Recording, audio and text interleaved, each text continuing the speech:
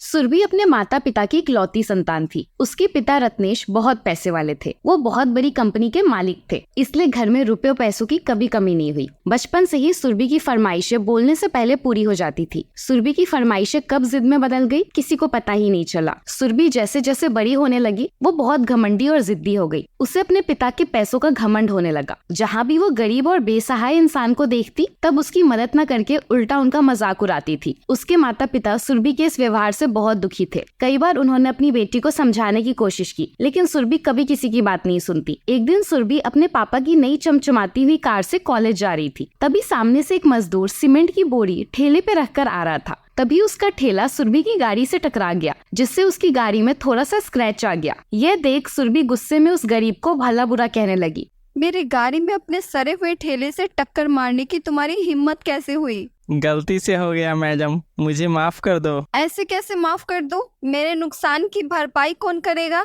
तुमने तो ऐसी गाड़ी सपने में भी नहीं देखी होगी, इसलिए जानबूझकर तुमने मेरी गाड़ी खराब करने के लिए ऐसा किया। अब पैसे निकालो और यहाँ से चलते बनो। मैडम मैं गरीब हूँ, आपको पैसे कहाँ से दूँ? ये पहले सोचना चाहिए था। इसी तरह दोनों की बहस शुरू हो गई। यह देखकर आसपास के सभी लोग इकट्ठा हो गए। पहले तो सुरभि अपनी गलती मानने को तैयार नहीं थी, लेकिन लोगों के समझाने पर किसी तरह सुरभि मान गई और उस गरीब ठेले वाले को जाने देती है। इसी तरह सुरभि आए दिन किसी न किसी गरीब बेसहाय लोगों पर अपने पैसों का धौंस जमाने लगी। इसी तरह समय बीतने लगा। एक दिन सुरभि कॉलेज के कुछ दोस्तों के साथ पिकनिक मनाने जाती है। सुरभि और उसके दोस्त जिस जगह पिकनिक मनाने गए थे, वहाँ एक छोटा सा जंगल था और थोड़ी दूरी पर ही एक छोटा सा गाँव भी था, जहाँ 2-4 फूस के घर बने थे। थोड़ी देर मौज मस्ती करने के बाद सुरभि अपनी दोस्त दिव्या के साथ उस छोटे से गाँव में घूमने के लिए निकलती है। कुछ दूर चलने के बाद अचानक उसका पैर फिसल जाता है और वो कीचड़ में गिर जाती है। छी, ये कीचड़ कहाँ से लग गया? अब इसे साफ कैसे करो? यहाँ तो दूर दूर तक कुछ भी दिखाई नहीं दे रहा। देख, सामने एक झोपड़ी दिख रही है, वहाँ शायद पानी मिल जाए। सुरभि और दिव्या वहाँ पहुँचती है। वहाँ एक चापाकल होता है और पास में ही एक बूढ़ी औरत बैठी थी। सुरभि को किसी गरीब से बात करना भी पसंद नहीं था, इसलिए दिव्या उस महिला से पूछती है, आंटी हम आपका चापाकल इस्तेमाल कर सकते हैं? वो क्या है ना, हम गांव में घूम रहे थे, तभी अचानक इसके हाथ में कीचड़ लग गई, उसे ही साफ करना है। हाँ हाँ बेटी, बिल्कुल इस्तेमाल करो। दिव्या की मदद से सुरभि अपना हाथ साफ कर लेती है और वहाँ से दोनों चली जाती है। थोड़ी दूर जाने के बाद सुरभि को पता लगा कि उसके हाथ से रिंग गायब है। मेरी रिंग कहाँ गई? अरे कैसी रिंग?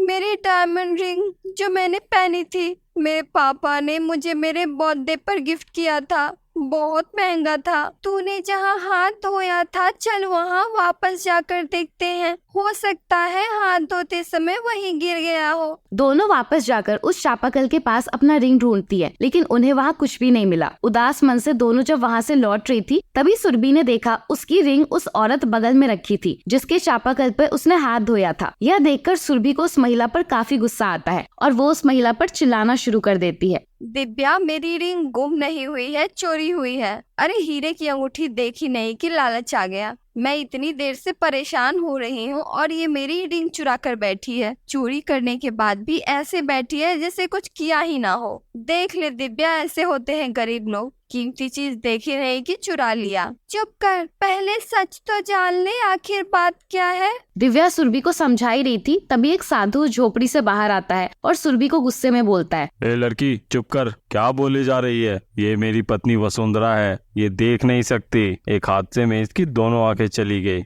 इसलिए इसे ना तो तुम्हारी अंगूठी का पता है और ना ही उसे ये पता है कि ये अंगूठी सोने की है या हीरे की। अगर ये देख नहीं सकती तो अंगूठी इसके पास कैसे है? ए हठी लड़की, वसुंधरा पानी लेने गई थी, जहाँ ये अंगूठी उसके पैर में लग गई, इसलिए उसने उठाकर वहाँ रख दिया था। लेकिन तुमने जो दुस्साहस किया है, उसके लिए तो तुम्हें सजा जरूर मिलेगी। तुमने चोर बोलकर जो एक साधु की पत्नी का अपमान किया है, उसकी सजा मैं तुम्हें दूंगा। तुम जिस धन दौलत के घमंड में गरीब और मजदूर लोगों के साथ दुर्व्यवहार करती हो, मैं ऋषि वासु तुम्हें ये श्राप देता हूँ कि तुम जिस घर में शादी करके जाओगी, वो घर कितना भी समृद्धिवान और धनवान हो, तुम्हारे जाने से सब खत्म हो जाएगा। तुम जिस भी आभूषण रुपए पैसों को हाथ लगाओगी वो मिट्टी में बदल जाएगा। लेकिन सुरभि ऋषि की बात को अनदेखा कर देती है और दिव्या के लाख समझाने के बाद भी वो उस ऋषि से माफी नहीं मांगती। वहाँ से सभी दोस्तों के साथ पिकनिक मनाकर वापस घर आ जाती है। वहाँ से आने के बाद वो इस हादसे को भूल जाती है और किसी से कोई चर्चा नहीं करती। दिव्या की बात न मानने के कारण वो भी सुरभि से अपनी दोस्ती खत्म कर लेती है। समय बीतने के साथ सुरभि की शादी उसी के शहर के एक अमीर घर में तय हो जाती है। कुछ ही दिनों में उसकी शादी आकाश खुराना के बेटे सौरभ खुराना से संपन्न हो गई। सुरभि इस शादी से बहुत खुश थी, लेकिन शादी के बाद सुरभि के हाथों में जो भी रुपए पैसे और गहने उसकी मुंह दिखाई में मिले थे वो सारे मिट्टी में बदल जाते हैं। यह देखकर सुरभि को जैसे सदमा सा लग गया। उसे समझ ही नहीं आ रहा था उसके साथ क्या हो गया। अचानक इतने सालों बाद उसे ऋषि की कही सारी बातें याद आने लगी। वो बहुत घबरा गई। कमरे में कोई नहीं था, इसलिए जल्दी से सुरभि अपने हाथों से वो मिट्टी हटाकर हाथ साफ कर लेती है और बीमार होने का बहाना बनाकर लेट जाती है। सौरभ जैसे ही रूम में आता है, अरे सुरभि, तुम सो रही हो? परेशान भी लग रही हो, कोई बात है क्या? अब तुम्हें कैसे बताऊं कि मेरे साथ क्या क्या हो रहा है। क्यों, क्या हुआ? क्या सोच रही हो? कुछ नहीं सौरभ, बस मेरी तबीयत ठीक नहीं लग रही है। लेकिन तुम्हें देखने बाहर मेहमान आए हैं, अगर नहीं गए तो उन्हें बुरा लग जाएगा। मेरे पास एक आइडिया है जिससे किसी को बुरा भी नहीं लगेगा और मैं ठीक भी रहूंगी। सुरभि उसे सारी बात समझा देती है। उसके बाद सौरभ सुरभि के साथ उसकी मुंह दिखाई में जाता है और मेहमान जो भी रुपए पैसे देते सौरभ उसे संभाल कर अपने पास रखता है। अरे सौरभ, ये सारे पैसे दुल्हन के होते हैं तो क्यों रख रहा है? अरे मामी जी, ये सब सुरभि का ही रहेगा। अभी के लिए बस संभाल कर रख रहा हूँ। सुरभि की तबीयत ठीक नहीं है, ऐसे में मैं बस उसकी मदद कर रहा हूँ। वाह, हमारा सौरभ तो अभी से अपनी बीवी की चिंता करने लगा। इतना बोलकर सभी हंसने लगते हैं और सौरभ भी मुस्कुराने लगता है। लेकिन सुरभि टेंशन के कारण ना तो कुछ बोल पा रही थी और ना ही हंस पा रही थी। उसे तो इस बात की चिंता थी कि अगर कोई जिद करके रुपए, गहने या कोई भी कीमती सामान मेरे हाथ में रखा तो वो मिट्टी में बदल जाएगा। इसलिए जितनी जल्दी ये मेहमान यहाँ से जाएंगे मेरी टेंशन दूर हो जाएगी। सुरभि बैठे बैठे यही सोच रही थी। थोड़ी देर में मुंह दिखाई का रस्म भी खत्म हो गई। सौरभ उन सारे पैसों और गहने को संभाल कर सुरभि के लॉकर में रख देता है। अगले दिन सुरभि भी उसके ससुराल में उसकी पहले रसोई थी, इसलिए सुरभि सबके लिए खाना बनाने जाती है। तभी उसकी सास रोमा वहाँ आ जाती है। अरे सुरभि, ये क्या नई बहू ऐसे रहती है क्या? अरे तुम खुराना परिवार की बहू हो, तुम्हारे पास सोने और हीरे के इतने गहने पड़े हैं, फिर भी तुम किचन में बिना कुछ पहने आ गई। अब मैं क्या बताऊं माँ जी को, सच जान गई तो मुझे घर से निकाल देगी। क्या हुआ बहू, तो चुप क्यों है? माँ जी, वो मुझे गहनों से एलर्जी है। शादी से लेकर अभी तक लगातार भारी गहनों के कारण जगह जगह खुजली हो रही है। मैंने तो ऐसा पहली बार सुना है, लेकिन तुम बोल रही हो तो सही ही होगा। ऐसे ही किसी तरह झूठ बोल बोलकर सुरभि कुछ दिन तो निकाल लेती है। लेकिन एक दिन पैसों से भरा बैग रोमा अपनी बहू को संभाल कर रखने को देती है। थोड़ी देर बाद वो पैसे लेने एक आदमी रोमा के घर आता है। रोमा उससे बात करने लगती है और सुरभि को उस बैग से कुछ पैसे निकाल कर लाने को बोलती है। लेकिन सुरभि उस पैसे को छू नहीं सकती थी। सौरभ भी घर में नहीं था। उसे समझ नहीं आ रहा था कि वो अपनी सास को क्या बोले। माँ जी, वो पैसे आप खुद ही दे दो, मैं चाय बना देती हूँ। बहू, चाय बाद में भी बन जाएंगे, पहले तो पैसे लाकर दे, इन्हें लेट हो रहा है। सुरभि बिना कुछ बोले अपने कमरे में जाकर बैठ जाती है। जब उसे आने में थोड़ी देर होती है तब रोमा अपनी बहू के कमरे में जाकर देखती है तो सुरभि पैसे का बैग सामने रखकर बैठी थी। अरे बात क्या है, मैं कब से तेरा इंतजार कर रही हूँ और तू यहाँ बैठी हो। तुमसे तो मैं बाद में बात करती हूँ। ये कहते हुए रोमा कुछ पैसे निकाल लेती है। अब जैसे ही वो पैसे निकाल कर गिनने लगती है तभी उसे याद आता है कि उसने चश्मा तो पहना ही नहीं। बहू, जल्दी से पैसे गिन कर दे, मैंने चश्मा नहीं पहना है। माँ जी, मैं आपका चश्मा ढूंढ कर ला देती हूँ। तू कहीं नहीं जाएगी सुरभि बहू, तुझे हो क्या गया है? अब तो मुझे पैसे तेरे हाथ से ही चाहिए। रोमा जैसे ही वो पैसे अपने बहू के हाथ में रखती है वो पैसा मिट्टी में बदल जाता है। यह देखकर उसकी सास रोमा हक्का बक्का रह जाती है। हे भगवान, ये क्या हो गया? तूने कोई जादू मंत्र किया है क्या? मेरे इतने सारे पैसे मिट्टी के ढेर में कैसे बदल गए?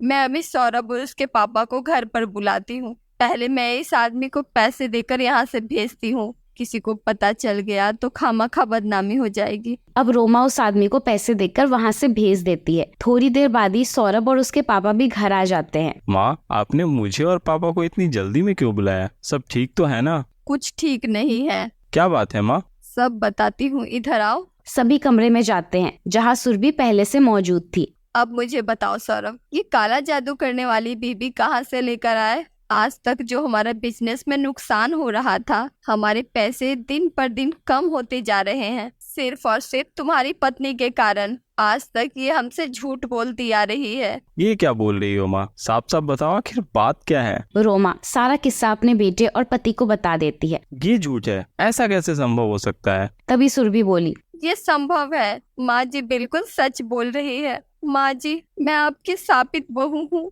इतना बोलकर सुरभि जोर जोर से रोने लगती है। अरे सुरभि, क्या हुआ? तुम प्लीज मुझे बताओ, मैं तुम्हारी मदद करूंगा। शापित बहू हो, इसका क्या मतलब है? सुरभि सारी बात सौरभ और उसके घर वालों को बता देती है। ये तुमने क्या कर दिया सुरभि? तुम्हें ये सारी बात हमें पहले बतानी चाहिए थी।